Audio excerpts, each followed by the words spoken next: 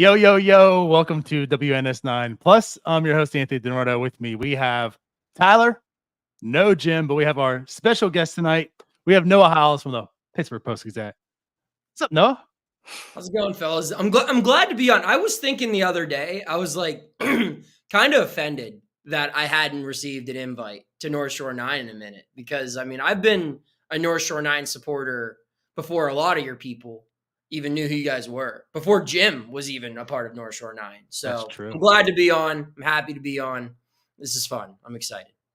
You were part of the dark days then, like pre-Jim and Ty? That's tough. Oh, yeah. Dude, I was like reading Jim Rosati blogs. Like I was a part of like Pirates Twitter 1.0 when like there was 1.0. no rules. It was fun.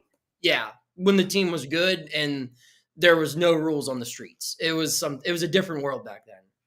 I'm sure we could throw some names around. Oh yeah, for sure. Right. Yeah, but no, we're definitely glad to have you on. I know it's kind of tough because obviously with you on the beat, yeah, you know, it's a lot of times the games are happening. You got to do your job. We're live afterwards. So, yeah, we have an opportunity today, a day game. It lines up well. Jim's not here. So it's going to be a really good show for one. But, yeah, it's like a great opportunity to get you on. So glad to have you on. This is like your first time. I know we had you on in like spring training. It's like your first time like on the show since you came on the beat, huh? Yeah. I'm excited. Like I said, I was waiting for the invite. I finally got it. You know what? Hey, it took a while for Nick Gonzalez. Took a while for G1 Bay. Took a while for Noah Hiles. All of us got the call, though. We're all here. So to be fair, I think the Noah Hiles call up has been more of a Noah Hiles issue. Yeah, no, I know. I'm just busting you guys' balls. Like I figured it would eventually happen. And I completely understand the logistics behind it. It was basically like G1 Bay being like, "No, I'm hitting 360 down here. I'm staying. Yeah, I'm cool over here." Yeah, so like I'm hitting baseballs hard here. I don't want to go there. Yeah, but I mean, what I want to say is like when Nick Gonzalez came up, he's produced right. Long anticipated debut this year, but he came up and he's been producing. You love to see it. Whereas guys that might have been earlier, like Alex Stumpf, are just they're struggling their way. That you want to send them back down, right? So this is why the timing is everything. We got you here in the perfect time. You're here. It's gonna be a great show. We sent Jim down. We called up Noah. It's perfect. Alex Stumpf, he just needs to be better, guys. He just needs to be better. Have you heard that anytime lately? No, I haven't heard that at all. Okay. No, not from this Pirates organization. Not from any first baseman. Hasn't been relayed to me at all. So let's go. Maybe first people question. In charge need to do better. Yeah. So Noah, when's Rowdy leaving? That's how we're starting here, huh? I mean, no one knows for sure. I mean, everyone has their own idea, right? I mean, I don't see how it can last that much longer. But at the same time, I'm not confident, or I'm not entirely sure how it's gone on this long. So if I had to give an educated guess, I would probably say he goes until the Toronto series. Like they'll have him here for the remainder of this homestand, and then he gets one more road trip. And by then it's June and it's over. But I mean, I think we are past the point of no return. I think it's more of like a logistical thing at this point. But still, I still think, I mean, would I be surprised if I showed up to the clubhouse tomorrow and there was no jersey right where his locker was? Absolutely not. Like, I wouldn't be shocked at all. But at the same time, I think the longest it could go is, after Toronto is like, I think the expiration date at max.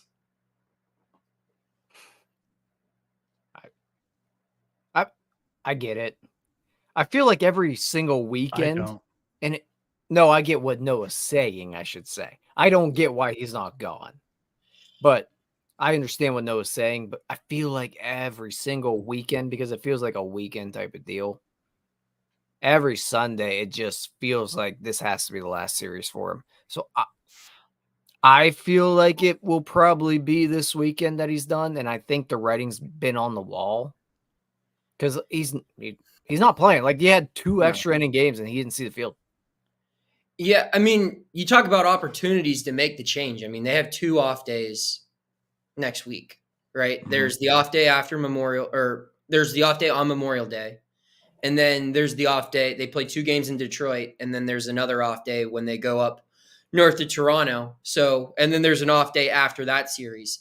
So there's a lot of gap days where you can make some changes, and it might be more than one guy going up and down in AAA or getting DFA'd or whatever. So there's plenty of opportunities, but I've reached the point now where it's like when someone does ask me that question, I just say the absolute latest date I could see. That way, you know, if I'm wrong, like, people are happy. But like what you said, Tyler, I mean, you look at it, man. I mean, at this point, what is he? He's a backup. He's not playing. And for all the concerns of, oh, we need to give him more opportunities, he needs to play more, he needs to get more at bats. Well, like, they've given up on that line of thinking, haven't they? And if all you need is a left-handed backup first baseman, I mean, yeah, Jake Lamb, I wouldn't bank on him being your starting first baseman for 162 games, but I would think he'd be sufficient at playing 14 innings a week in some capacity, be it, you know, start and an early exit or a late game sub or something like that. I feel like they have that elsewhere, and it's still probably more productive. So I feel like the time's coming. How frustrating is it, though, to like go talk to Derek Shelton and be like, talk to him about the Connor Joe situation, how well he's been playing, and asking him why Rowdy Tellez is still in the lineup, and him defending Rowdy Tellez, and then all of a sudden Rowdy Tellez is just not playing at all. Like, you guys have to look at a lineup after 3 days and be like, he hasn't played since we asked. What are we doing? I mean, it's frustrating, but at the same time, it's like, we all know. I mean, it's not just Derek Shelton who's making these decisions. Like, Derek Shelton is not the one person who decides who is on the 26-man roster. And yes, like, the manager ultimately is the day-by-day decision maker, but like, it's not 1980 anymore. Like, there are other people who have a say and or have strong influence and where guys hit in the order, you know, who plays on what day, what matchups they like, what splits they like, what they don't like. And again, Shelton is the figurehead of that, and he has to answer for it. But like, when he says these things, it's like, we get it, man. Like, you got to say this line, and that's part of it. It's no different than, you know, any other. It's coach speak is a thing. Like, people, that term exists for a reason. And when something is bad, when you're losing or when an individual is struggling, you have coach speak to get you through those times. And we received a decent amount of coach speak this year. And that's just part of the job as a journalist. I mean, the last team I covered, Pitt went 3-9 this football season. And the guy I covered, he tried to give coach speak. He's not the greatest speaker, so sometimes he screwed that up. But, you know, he gave it his all. But in all seriousness, like, coach speaks, it's part of this business. And, you know, it makes for a very vanilla quote that's not fun. But good journalists can kind of read between the lines and, you know, talk to other people who can get you the information that you really want. Well, let me ask you this, though, too, because, I mean, I don't understand why he's still here for multiple reasons.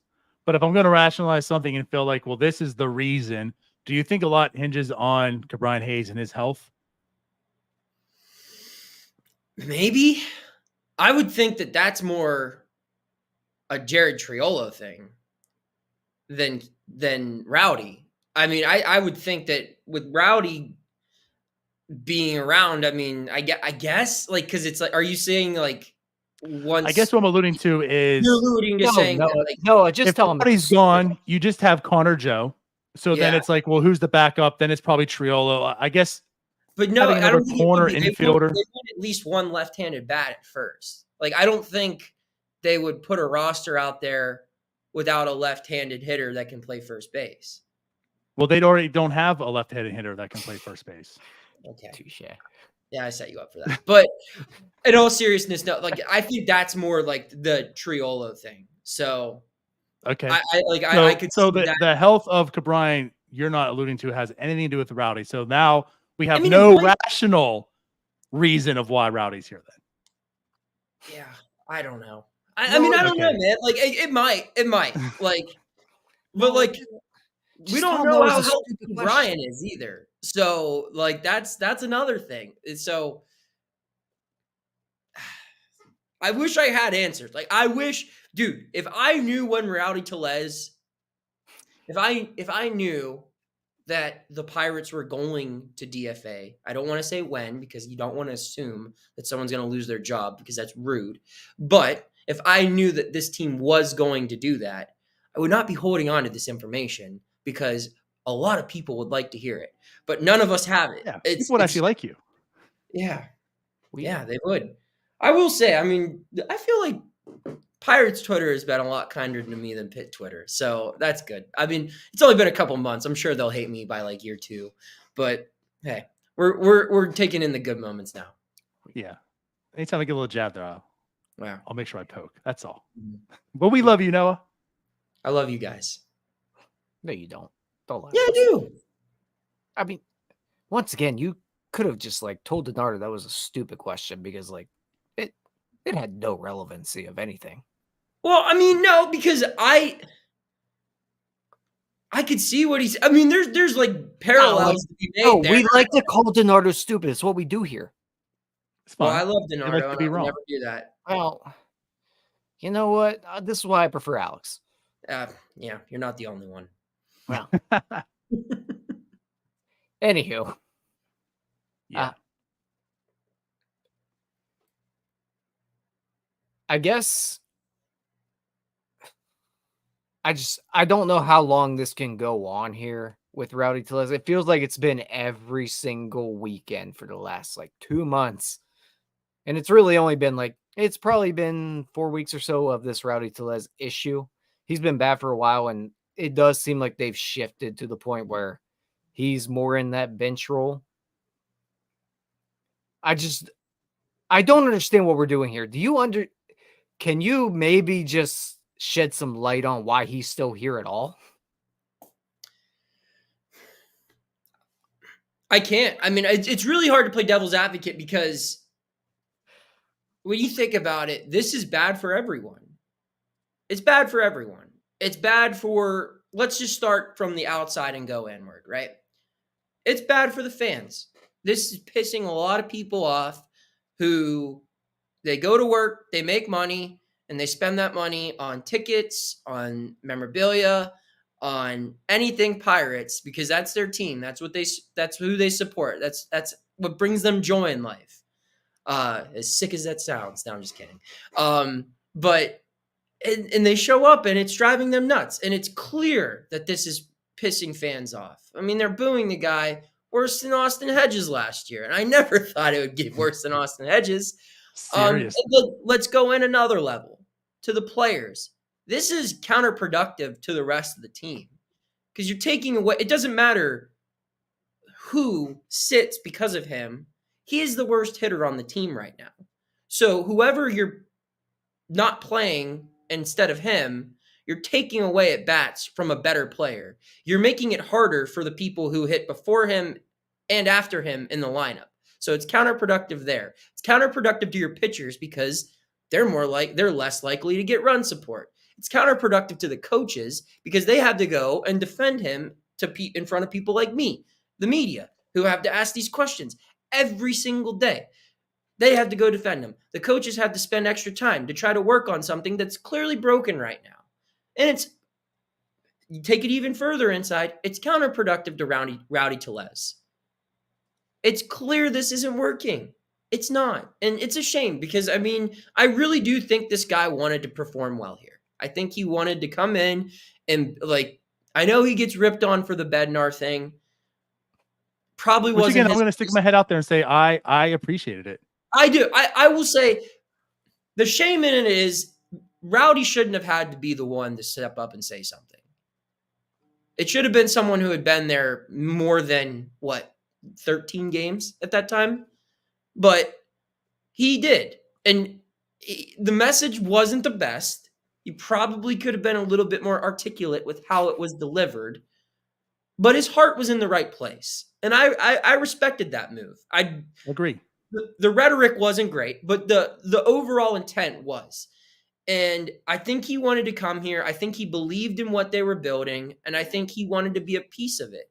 And I think that this was something he viewed. You see a lot of guys that they sign, they come here with the mentality of, this is a 1-year journey for me. I'm not going to be here. And their ultimate goal is like, hey, if I play well, I won't have to be here past July.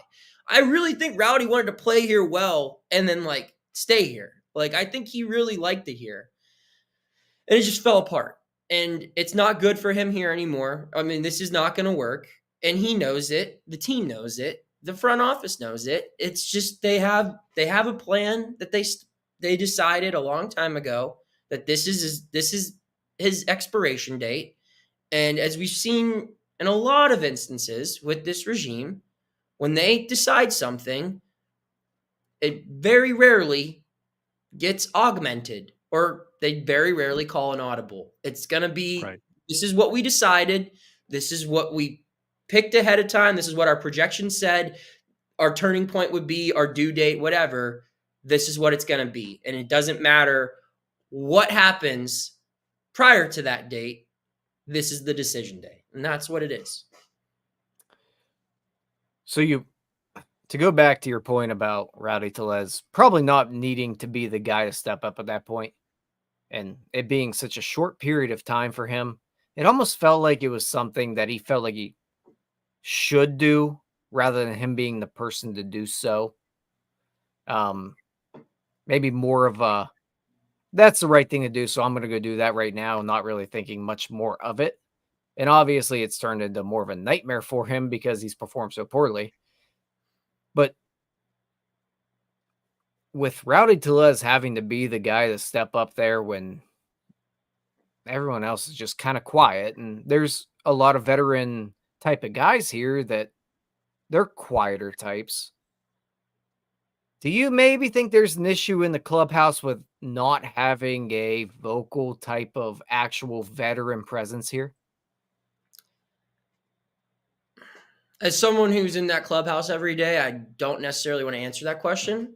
But I do think it says something that he stepped up. And again, I'm not saying that other guys didn't feel the way that Rowdy felt.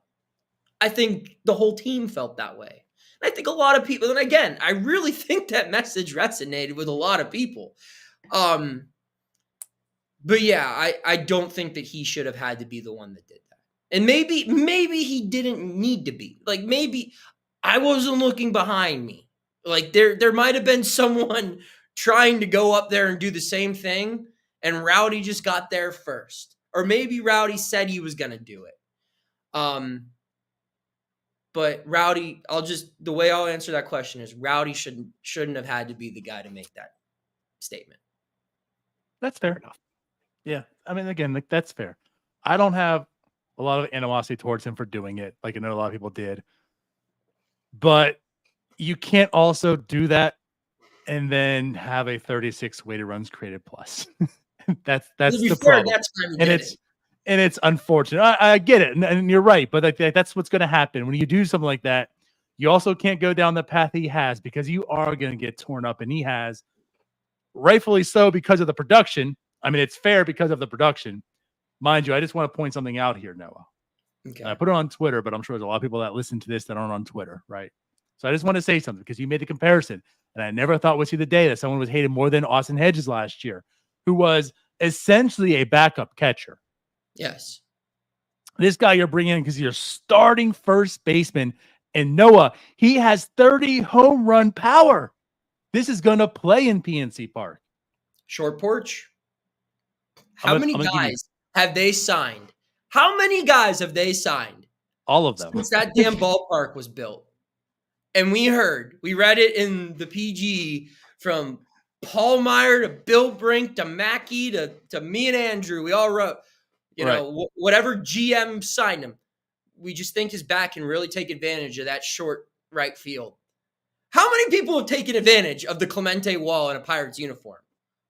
Andrew McCutcheon, I guess, would be the number one answer. And he's a right-handed hitter. Like, right. That's like Garrett Jones. Garrett Jones. Garrett Jones did for like 2 seasons. The Rule 5 minor league Rule 5. Nielsen runs go off the roof of the Miller bar. Like it's thinking. Yeah. Like I want to put this number out there, and this is off the top of the head right now. Craig Wilson. Reese Hoskins has 10 home runs, and he would have 11 in PNC Park, just to put that out there. Anyways, this is going to turn to that. But what I wanted to say is that I'm going to put out 2 numbers there for you. For the guy that's hated the most I felt like in my lifetime, right? Austin Hedges, 184 batting average, 227 slugging. Austin Hedges had a 184 batting average, and his slugging, the backup catcher's slugging with the Pirates was, I'm sorry. I'm going to get those numbers wrong. Jim's going to be on me. I was looking the year before. 180 batting average and 230 slugging. That was Austin Hedges' numbers last year. 180 batting average, 230 slugging. The backup catcher who was hated. Rowdy Tellez, the 30 home run power guy, 175 batting average, 225 slugging. He's slugging and hitting worse than Austin Hedges. That's the first baseman that you decided, you know what? We're going to compete this year. We want him. That's the guy. That's him. Short put. That's him. 175 slugging, 225. Good for a 36 weighted runs created plus. My favorite part about it too is like when they signed Austin Hedges, I feel that like it was universally understood that like this guy was the worst hitter in baseball the year before the Pirates signed him. Like they made it very clear that it's like, this guy is not going to hit the baseball. He's not going to. He's here strictly for defensive purposes and to help develop pitching. And people knew this going in. And he was still so bad at offense that, like, despite that bar being set, people were like, this is still unacceptable. Right. And Rowdy's worse. Like, right. Like, Rowdy was brought in to be an offensive contributor. Like, it wasn't, he talked to a couple people after the game today, and like one of the quotes he said was like, yeah, like I'm not, it sucks that like I'm not a defense first guy. Like I'm not a glove guy. Like my attribute is my bat and I'm not hitting. Like he realized that. And it's like, yeah, man, that's what makes this really bad is like Austin Hedges. Like you had people defending, like, you know, going to like the 7th page or the 7th tab in Fangraphs and finding like the small little metrics like, oh, look, his framing's like this or whatever. And like 90% of the baseball fans would be like, get that out of my face. Like, this is not justifiable. Like with Rowdy, there's just, this was an acquisition that was made strictly for offense. Like that's why they brought him in. It was to be an offensive upgrade of what they had at first base. And it's ironic because like the guy who they could have had was the guy who replaced him at his last job, who came from Pittsburgh. I mean, Carlos Santana wanted to come here and left Pittsburgh via trade to take Rowdy Tellez's job in Milwaukee. And they had the choice between the two of them, and they chose the other guy. So they chose the downgrade. Yes. They did, but like this is a completely separate conversation. Those two should not be the options here. They're both bad. One's just significantly worse and the worst hitter basically in the like live ball era. Yeah. He's legitimately what I would be if I were to step up to the plate every time. Like I honestly think I could put up similar numbers. Yeah. All right. I gotta give this guy a shout out. This is probably my favorite text I've ever received. This is from Mike Persak. I'm sure he's been on North Shore 9. Yeah, he's been in the comments. Actually, he broke his desk live on our show. He did. He sent me a text of every first baseman in the Ben Cherington era. Speaking of. There you go. There we Do we go. have to name 'em? Shout out Michael Wilbon. I want to read through these names. I want you to tell me which guy you wouldn't have instead of Rowdy right now. As two Pirates fans, I want to hear your The answers. long list. No, okay. I'm gonna go rapid fire. Josh Bell. This is who you wouldn't like. You would rather have Rowdy over this guy. Oh no. Josh Bell, Colin Moran, Jose Osuna. Remember him? Phillip Evans broke his jaw. I'll take Phillip. I'll take Phillips. He can pitch. Here's one where we might have a conversation. Will Craig. Love me some Will Craig. He gets hate because of that video. Rowdy's not hustling down the wrong way of the first base line. Hope he's stopping for a Sammy. I feel like he's emotionally scarred now. But like before the incident, absolutely I would take Will Craig over Rowdy. Here's a better question. Is Will Craig or Rowdy Tellez more scarred by Pittsburgh at this point? Ooh. I don't know. That's because I think I know Rowdy's next stop. Will Craig played like for the Pirates. Most of his games he played for the Pirates, like they had like limited fans because of the pandemic. So he really couldn't get booed at full force like Rowdy. The only way you know about Will Craig is from the internet. Yeah. I interviewed him after the Futures game in 2019. Very nice guy. A guy who I didn't interview and I'm not entirely sure is a real person is JT Riddle. I don't remember him at all. Hold on. He played first? Yes. How many games he played at first? Holy hell. How bad was it that JT Riddle was your first baseman? Ben Cherington, what are you doing? Well, now we're getting into the thick of things now. Big John Nagowski. Give me Big John. Give me him. Yes, Yoshi. Number 69. Yoshi Satsugo is... This is where we get tough. Yes. So technically speaking, Rowdy officially is below Yoshi OPS line today. So I'm taking Yoshi. We got Slick Rick Gonzalez, Eric Gonzalez. I'll take Fernando Rowdy. Tatis Jr. Give me Rowdy. Todd Frazier is next. I just want to go out of my way and say Todd Frazier is a personal hero of mine. And I would take Todd Frazier. If you're familiar with my career history, you will understand why I love Todd Frazier. I will take Todd Frazier right now at his age over Rowdy Tellez. I will buy Todd Frazier a bottle of Honey Dijon mustard right now. Ben Gamble, Michael Chavis, Michael Perez, Jacob Stallings played first base. Obviously, take him. Cole Tucker. Would you rather have Cole Tucker or Rowdy Tellez? Yes. Tucker. I mean, imagine Vanessa and Livy at the games. Yeah, absolutely. Easy.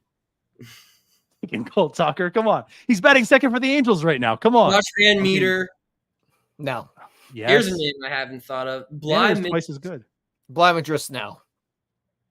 You're taking Rowdy over Bly Madris? I would rather them both go to Japan. I'm taking Bly. He's got defensive flexibility. Zach Collins. God, no. Also, Zach Collins traded for. Also, the whole backup catcher situation we've been dealing with. Zach Collins was traded for Reese McGuire. McGuire could be useful here. This is a dude that's a special place in my heart. Yu Chang. When I worked for the Mahoning Valley Scrappers, Yu Chang was on the team along with Kai Tom and Mark Mathias and Anthony Santander. Terrible as well. Anthony Santander's good. You just named a bunch of bad baseball players. Anthony Santander starts with the Orioles. They're all terrible. Anyways, didn't Yu Chang after he left, he actually performed, didn't he? Wasn't it in Cleveland or where did he leave? It's not bad, but like you had me on a terrible streak. Okay. Diego Castillo. Trash. This is another name. Who is Kevin Padlo? Kevin Padlo. He in that trade, he also came from the Diamondbacks. Was he the guy that we were talking to Szymborski about that he had some weird like Oh wait, was he the dude from Seattle that showed up one time? No, never mind. No. I don't know. Padlo, he played like I feel like 9 games.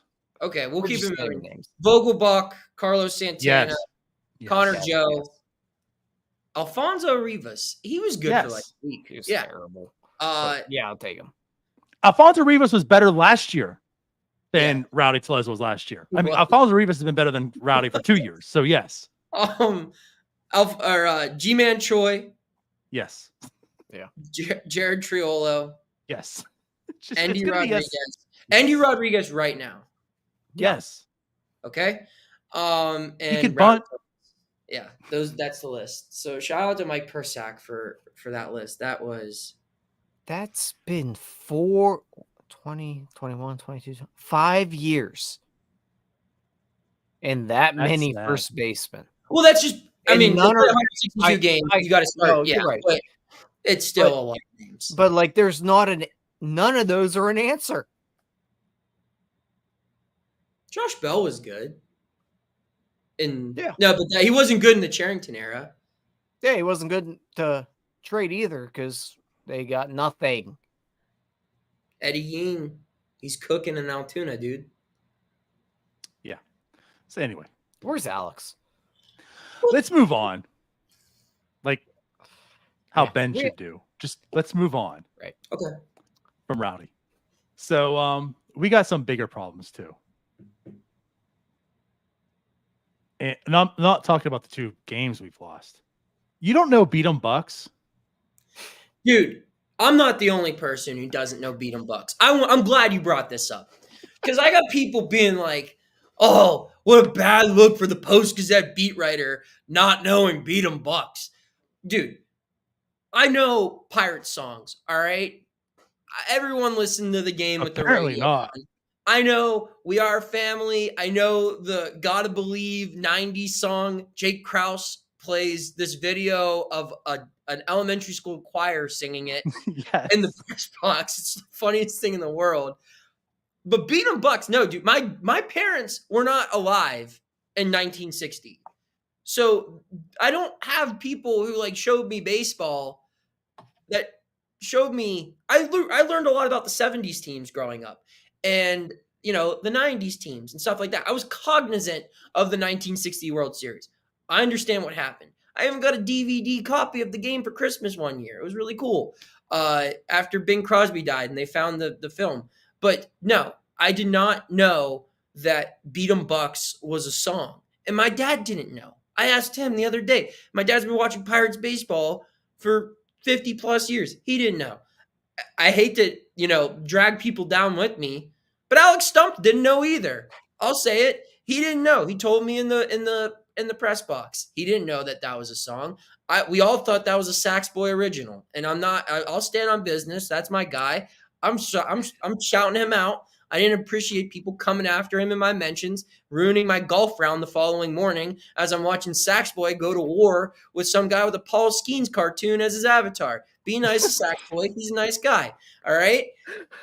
I didn't know the song. I'm sorry. There's enough division within this organization right now. We don't need people coming after me over a song that's 60 years old. All right? That's what I have to say on that subject. I appreciate you because I know the song. It was way back in the brain catalog here. I'd heard it. I wouldn't have thought twice about it. Like, obviously, I wouldn't have tweeted about it and put myself on blast like you did. I get home from work. I have to unwind. I watch this team every day like you guys do, but I got to go talk to them afterward. They don't want to see me.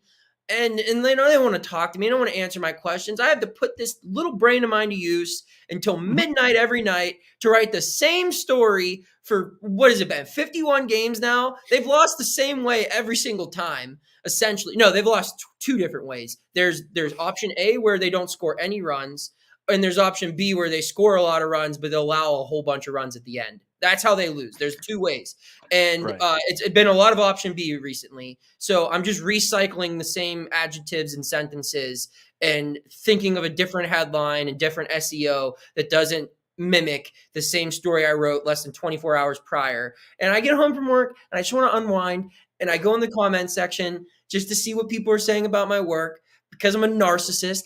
And people are talking about Sax Boy Billy. And I'm excited because I want to gas him up. And that's how I knew it. So I was like, hey, let me end the night on a good note. some positivity.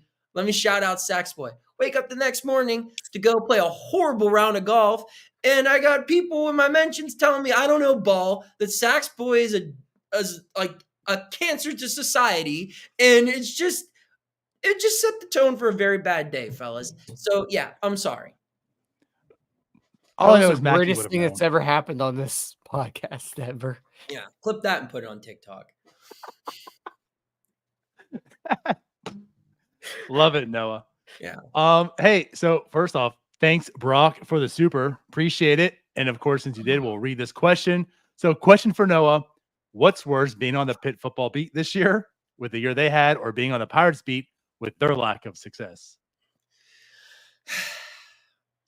Any other terrible questions you guys want? You know how to get them ready. No.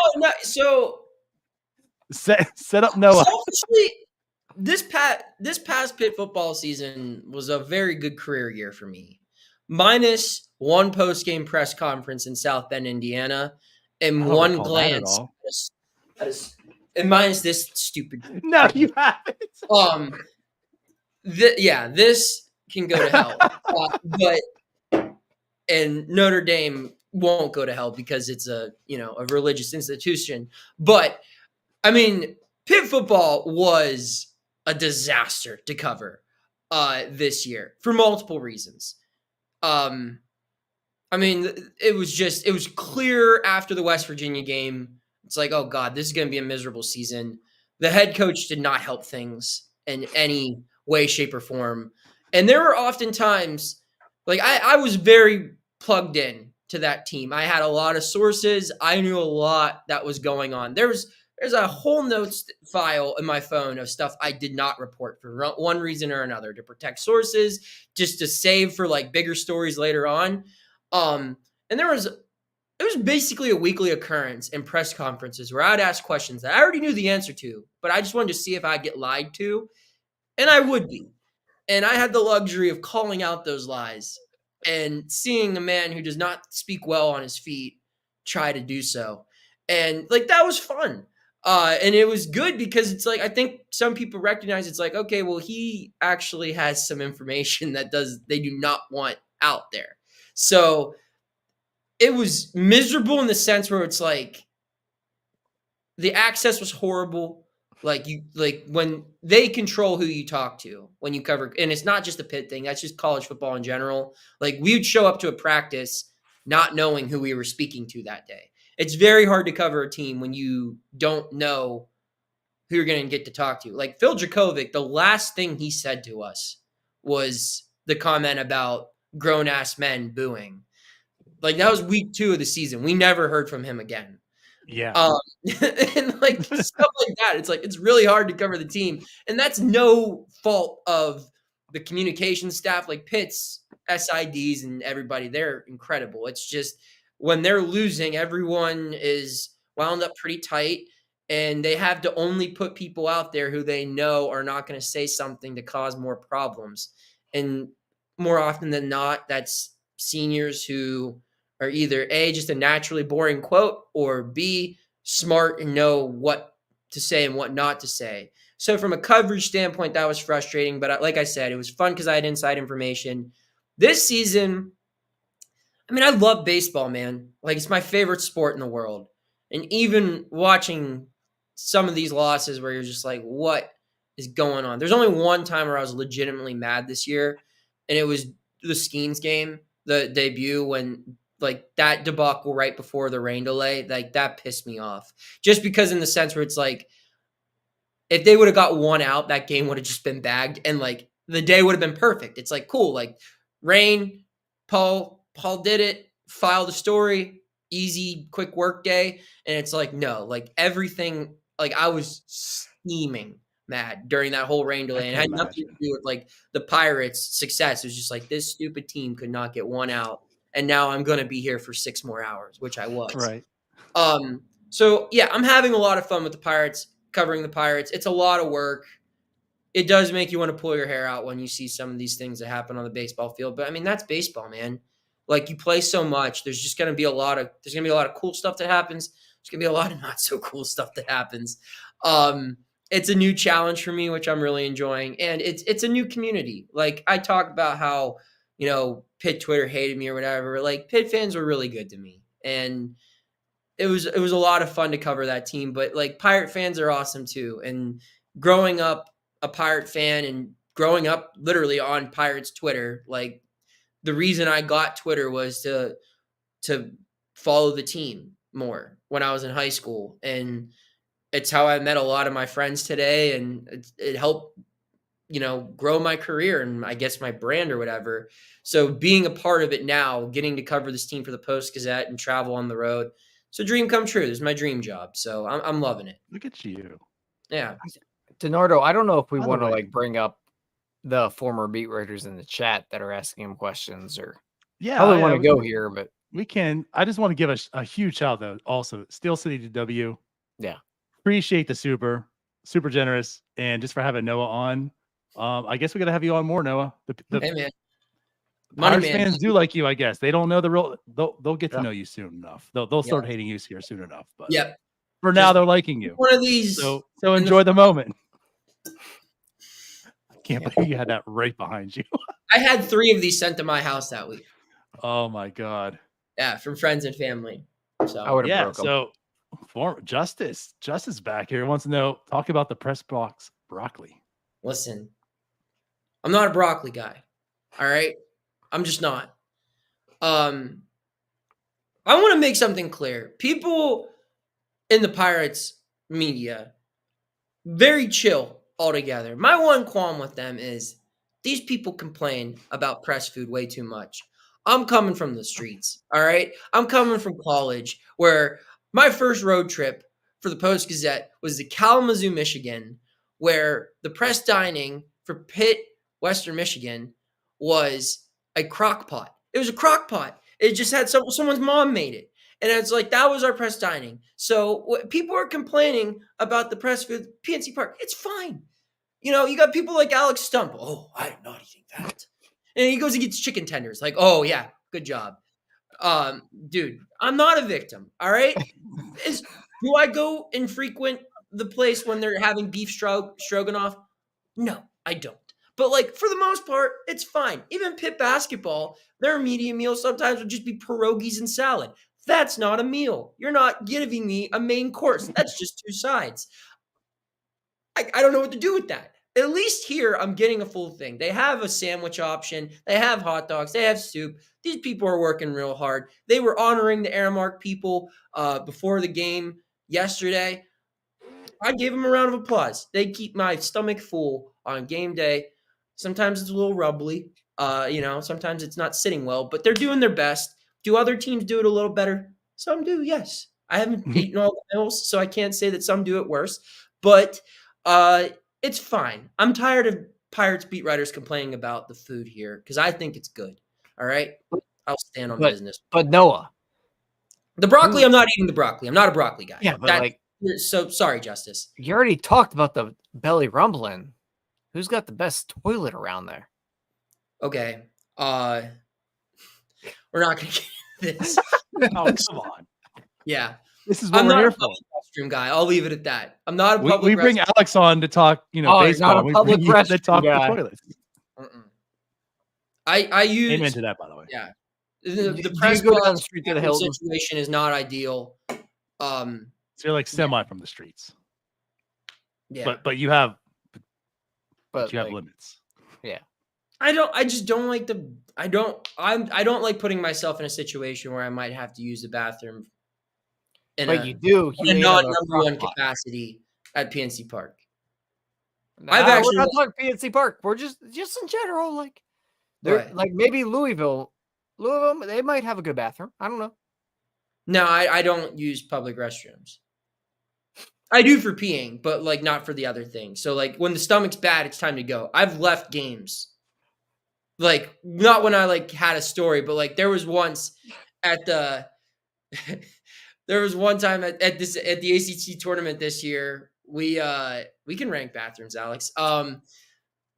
There was I forget like what day it was, but like it was the day before Pitt played. I ate something that wasn't sitting well. And like I could have sat there and watched free basketball all day, but I went up to the other writers and went, I'm going home, fellas. Gotta use the bathroom. Not doing it here. So I just paid for an Uber and left. I've got a way about me, fellas. I don't stray from the plan.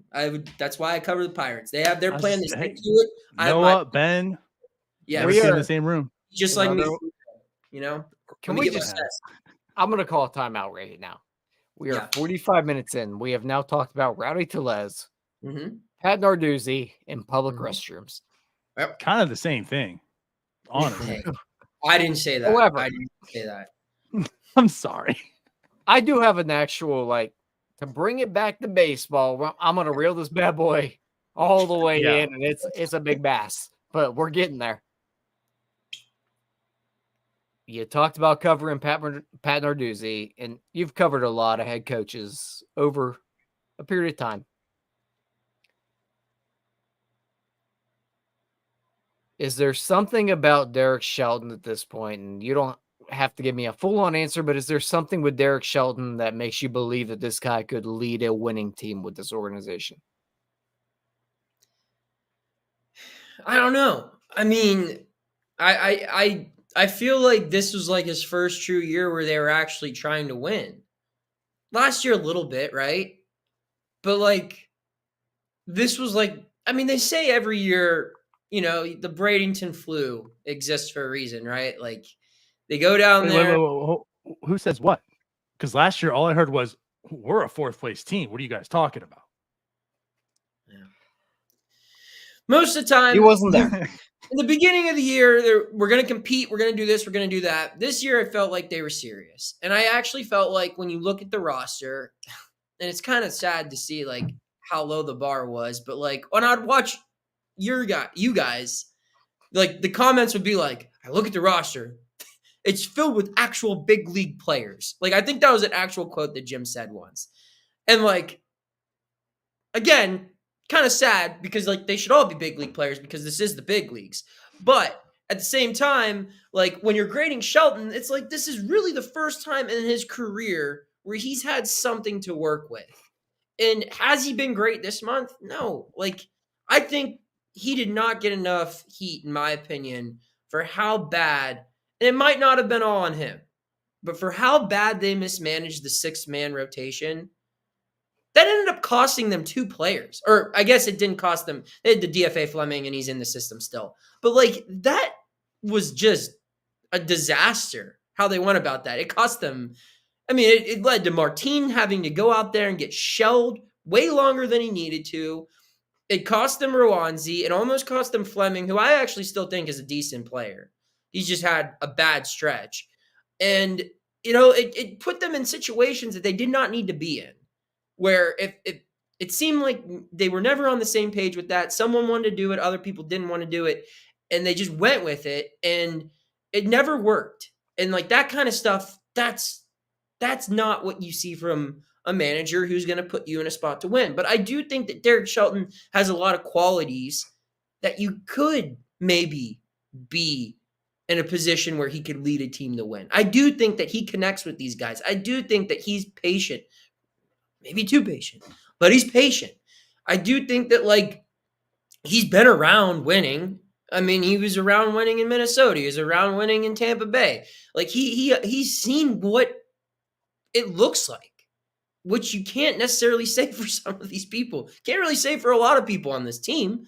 And it's tough. I think the easy answer would be to say no, right? That this guy's in over his head and he should be fired. Or whatever. I'm not going to say that. I don't think it's fair on him because I think a lot of the flaws with this group that we're watching go beyond Derek Shelton. I understand that it's his job to play that cards that he's dealt, but he didn't sign Aroldis Chapman this offseason. He didn't go out there and give him $10.5 million. He didn't sign Rowdy Tellez either. He might have had a say in it, hey, I could see how we could work that in. But he didn't wait till March 16th to sign Michael A. Taylor. Another guy did.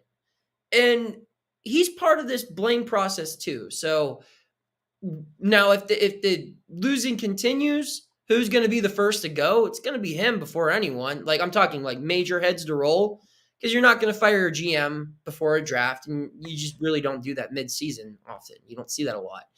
Right. But yeah, I don't know what they have with Shelty. I would say obviously, yeah, it's been more bad than good because I mean, look at his record. But I think a lot of the problems this team has go way beyond him. Sorry, DiNardo, I'm sure I'm going to cut you off here, but No, I agree. Like, it's not. Derek Shelton's going to be a fall guy no matter what here. Mm-hmm. And I do think the Pirates have done more than right by Derek Shelton because he took over a situation that most guys get fired from within 2 to 3 years. Yeah. Like the spot that he got hired into, most managers are fired long ago. And it doesn't matter what they did. I haven't seen anything that makes me look at Derek Shelton and say, this is the guy that's going to lead this team into the playoffs. To this point, I haven't seen that from him, and he's been given every opportunity. I know the roster hasn't been great, but anytime the roster has looked okay, not there. It's not there. That's a completely fair take to have. I mean, that's what I guess that's the best way of putting it. It's like he hasn't showed you anything to believe. But I think a lot of the things people are mad at Shelton for, it might not be in his control. Like, people are mad about, let's talk about Wednesday's loss. Yeah.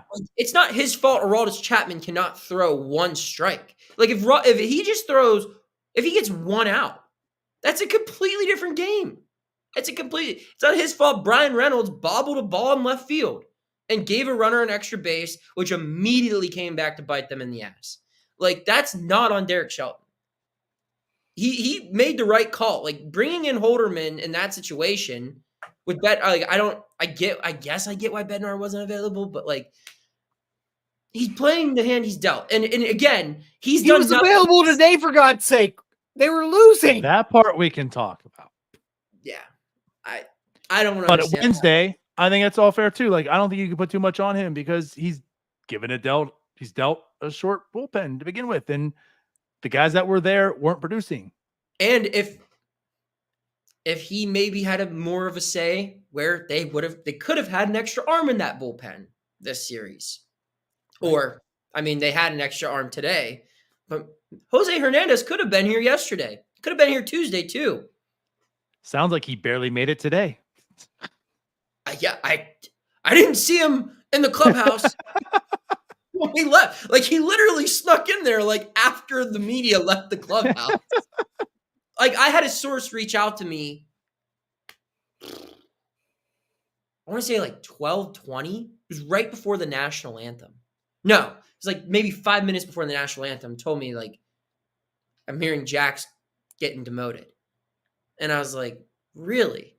And I was like, I showed it to Andrew, my B partner. I was like, this is something we should probably look into.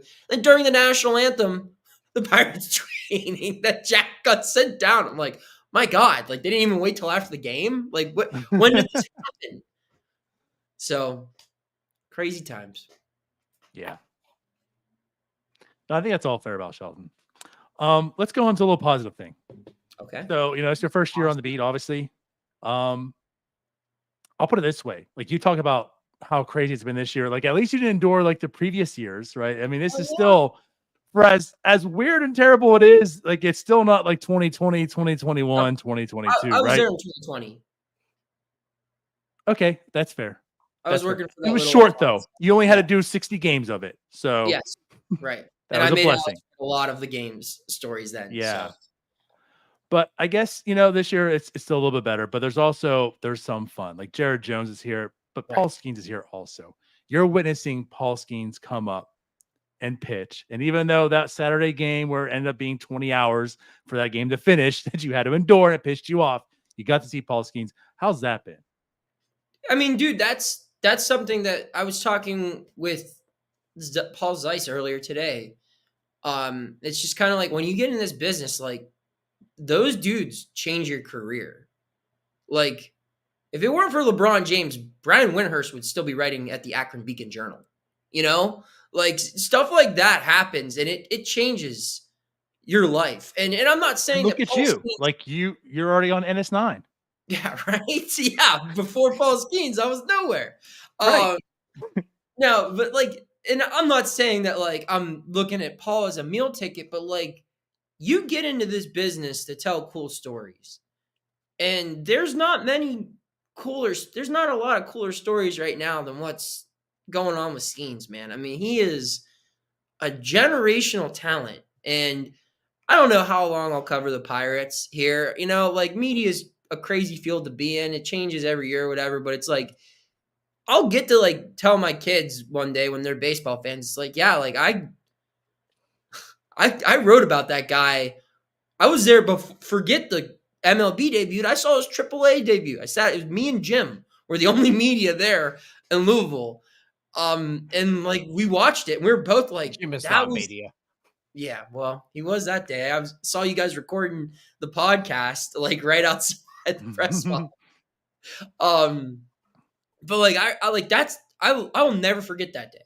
Like watching him warm up, and it's like this is just different what I'm seeing. And like I called my dad. I was like, that's the best pitcher I've ever seen in my life.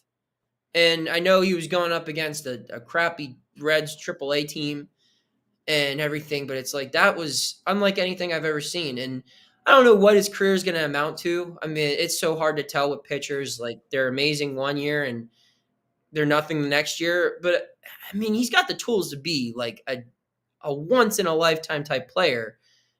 And the idea of like, hey, you know, I got to document that.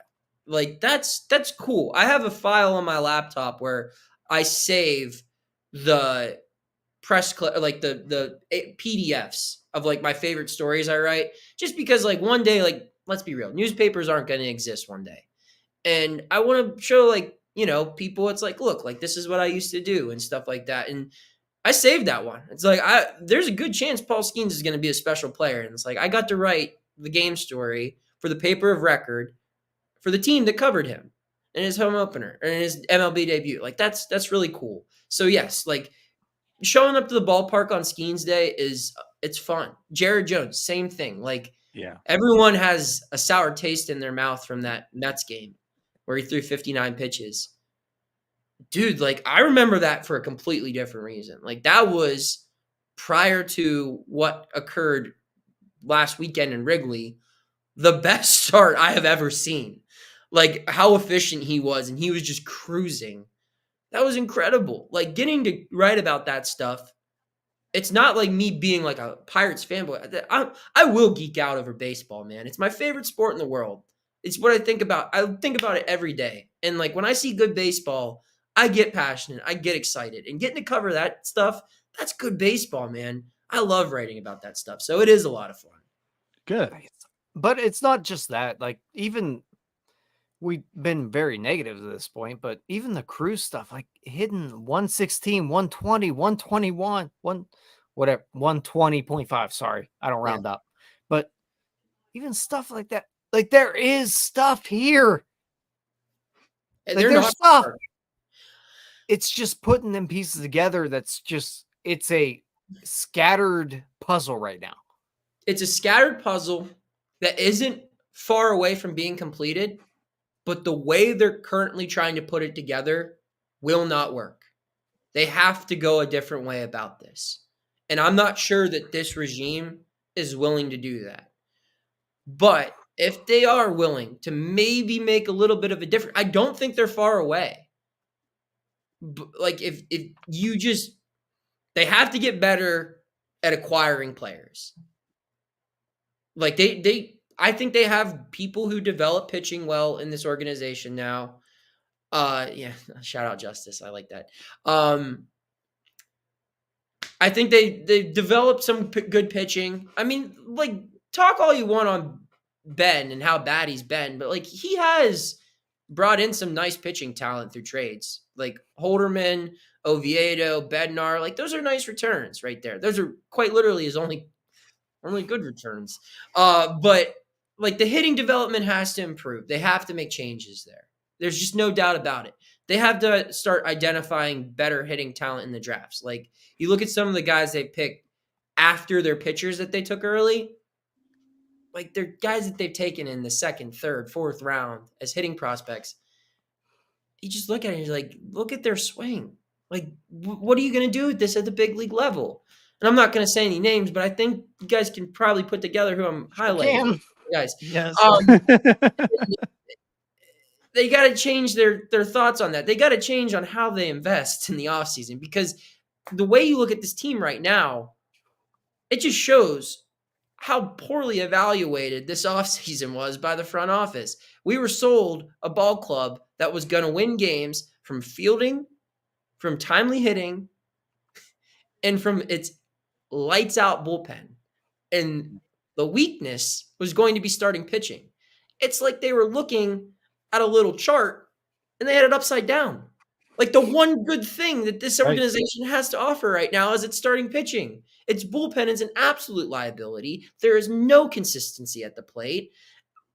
They had it all wrong. Every investment they've made this offseason has not worked. They've got to get better at that. They've got to get better. We already know the limitations that come from working in the front office for the Pittsburgh Pirates. I don't have to go any further in saying that. No, you don't. When you have money to spend, be it $10 million or $50 million in offseason, you do not have the luxury to be wrong. You don't get the luxury of being in Boston and spending a lot of money and not working out and still having more money to spend. You have this money and you get to spend it. And if you're wrong, it's going to cost you a season. You have these players that when you take over and start a rebuild, and you have Josh Bell, you have Starling Marte, you have Adam Frazier, you have Joe Musgrove, you have Jamison Tyone, and Elias Diaz, crazily enough. And you have these guys. And once you trade them, they're gone. Whoever you get back, that's who you get back. And you better make for damn sure you get the most out of them. And they didn't. And now, what do? I don't know. But they've got to figure out a way to maximize their opportunities for what they have to work with. And it's got to be a change in how they evaluate talent. So Jim's talked about it as well, and I did last night on the post-game show. This team has spent like $20.7 million on Aroldis Chapman, Rowdy Tellez, Marco Gonzalez, who everyone knew was basically dead. Come on.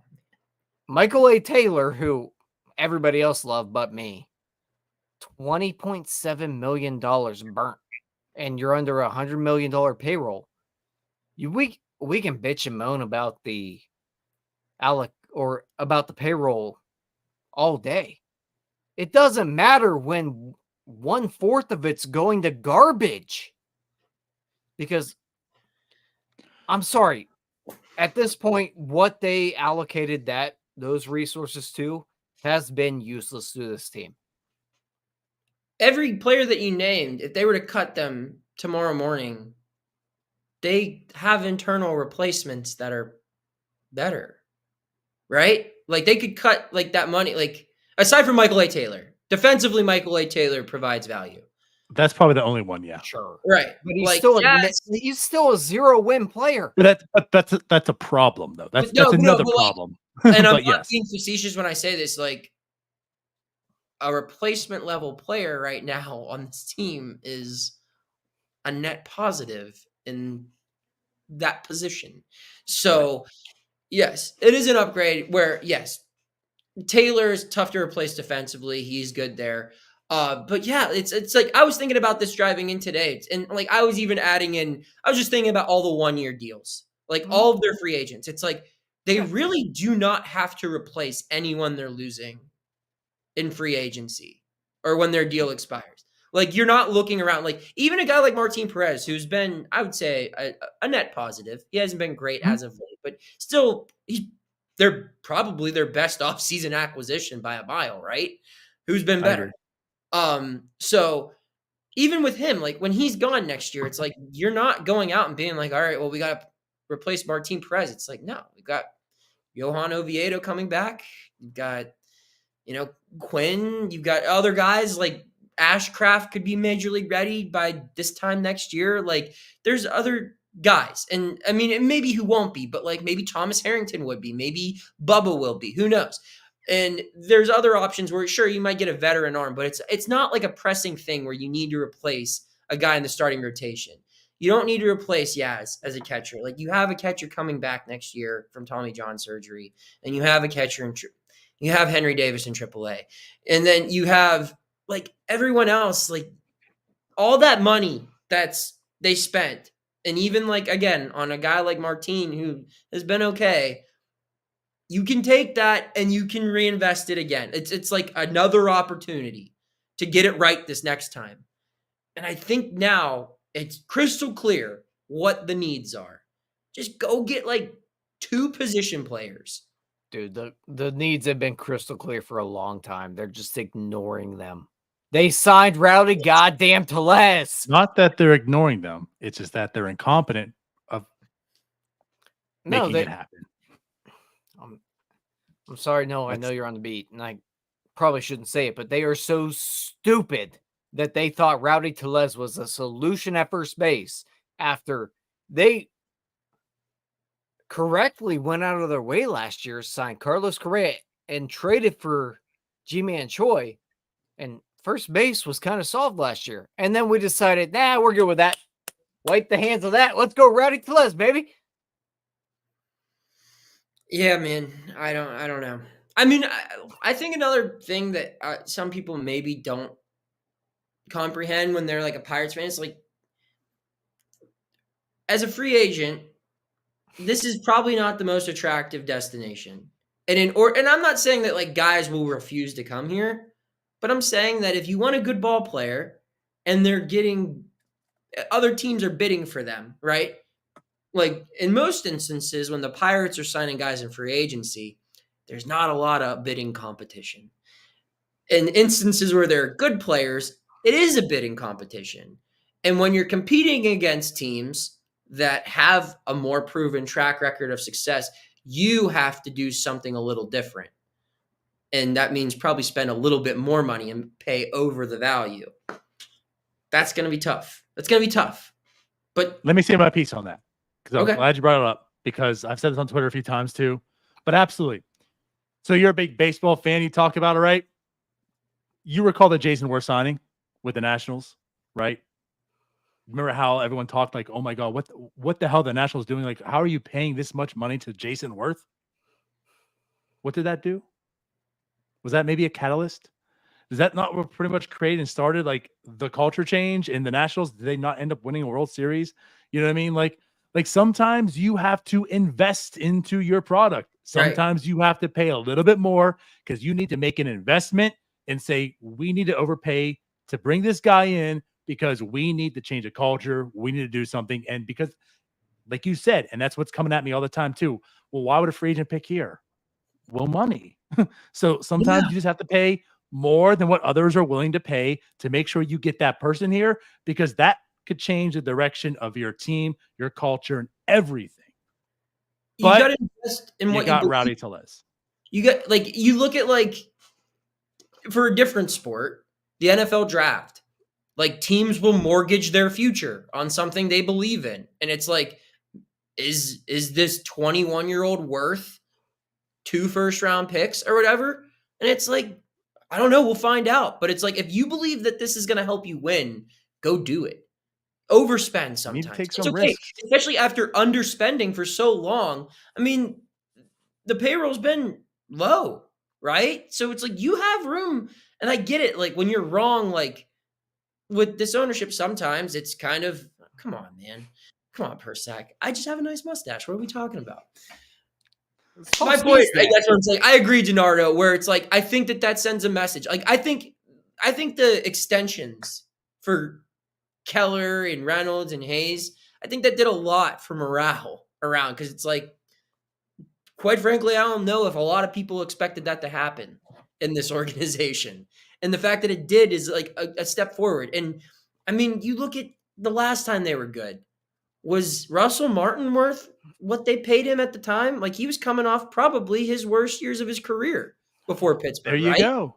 I mean, again, I was in high school. I wasn't like as tapped into like the analytics. Maybe I'm wrong in saying that, but like, no, you weren't, because there was a certain columnist that compared it to the Matt Morris signing.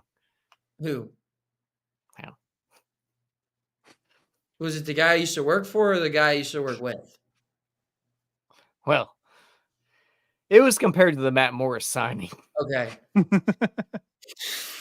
But anyway, my point is, like, yeah, like they overpaid for Martin, but like I don't think anyone's complaining about that acquisition. Yeah, right. And you could get it wrong. I mean, they paid a lot for, like, they were aggressive with AJ Burnett too. That was like a washed up guy. Like sometimes you just got to do it, man. And it might bite you in the ass. It might not.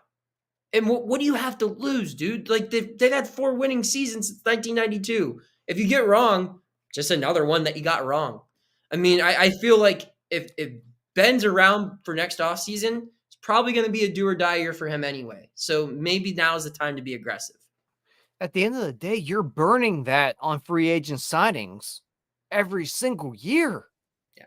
Because like this year, you've burnt $20 million for what is accounted for nothing.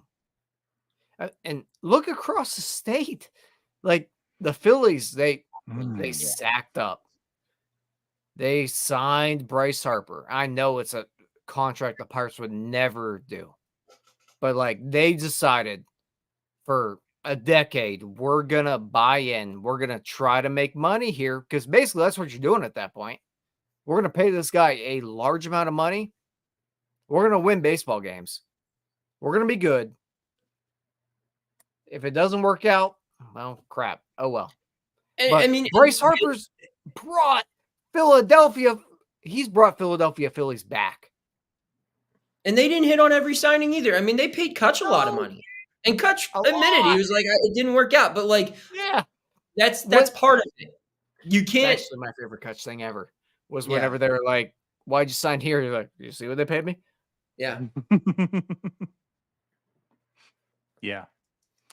No, all good stuff. All good stuff. But you're right. And like, and part of that too, not to like drag this much longer too, but the Pirates way of the Bryce Harper way, you know, like they also structured the contract with Bryce Harper to make it where like they'll be competitive here, right? They're not paying him so much money now so they can bring guys around him. And again, we're to the Pirates scale. You saw that in like Cabrian Hayes's contract. Like he's getting paid like almost like the little bit part right now so they could build around him. And so like, what are you doing? You're still having like a well below $100 million contract. This is the year you're supposed to go. You know, like that's why you make this signing, and he's already paid so little as it is compared to his value. And it's like, and you structure it where like the little part's coming out now, so you can build around him. And this is what they did. I don't get it, but I don't know, man. I do want to ask one more thing here. All right. I want to go through your mind. So Jason Mackey decides he's going to sit on the sofa, right? He's no longer going and covering the team. You're going to come in. You're going to do all the dirty work. You're going to grind it out. The beat of the team, you know, you're there day in, day out, covering this Pittsburgh Pirates team. He's on his sofa in his slippers, just writing about, you know, whatever he wants. No big deal, right? So Noah, the grinder, daily work, doing, right? Paul Skenes makes his debut. And Mackey takes off the slippers, puts on the A6, and goes on the national tour of podcasts. How does that make you feel, Noah? Any beef with you and Mackey? No. Come on, I want to stir some stuff up here. No. I was going to say the only incorrect thing that you said in this whole hypothetical that you just threw on me was that Jason Mackey never sits on his couch. He's always working. Yeah, I know. The guy is a machine. But no, I mean, dude, Jason, he's been covering Paul longer than me. He was there when Paul got drafted, and you know, he wrote the stories about the military background and stuff. Like, I get it. Like that's his thing. So no, I'm not mad at. There's no beef. Plenty of content to go around in this space. Fine. Is this coach talk? Come on. No, it's not coach talk. What do you want me to say? No, screw him. Like, no, I'm not. Can I ask one final question? Yeah. You don't have to answer it. Okay. The next Pirates playoff team is Ben Cherington, the GM. Ooh.